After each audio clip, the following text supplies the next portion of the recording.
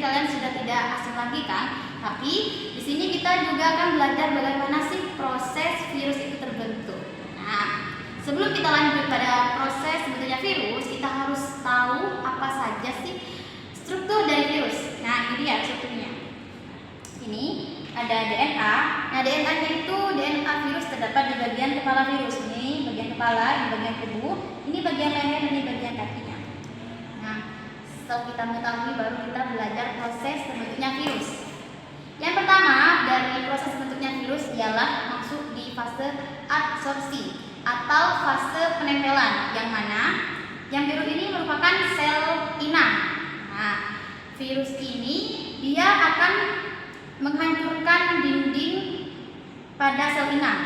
Nah, dia melakukan penempelan pada sel inang. Setelah dia berhasil menempelkan kromosomnya pada sel inang, dia akan melakukan penetrasi. Penetrasi ialah menyuntikkan DNA virus ke bagian dalam sel inang. Nah, ketika virus sudah berhasil menyuntikkan DNA-nya, dia akan menyuruh pabrik yang ada di bagian sel inang ini untuk membuat lebih banyak virus. Nah, ketika dia sudah berhasil membentuk lebih banyak virus, tapi pada bagian proses penetrasi ini, bagian kepala, kaki, leher itu masih belum menyatu, tapi sudah terbentuk tapi masih terpisah-pisah. Nah, kemudian lanjut pada fase replikasi, yang mana pada fase replikasi ini bagian kayak leher, kepala, tubuh dari virus mulai menyatu. Nah, ketika sudah menyatu, baru masuk pada fase perakitan. Nah, setelah mereka sudah berhasil masuki sel inang, dia akan melakukan perakitan.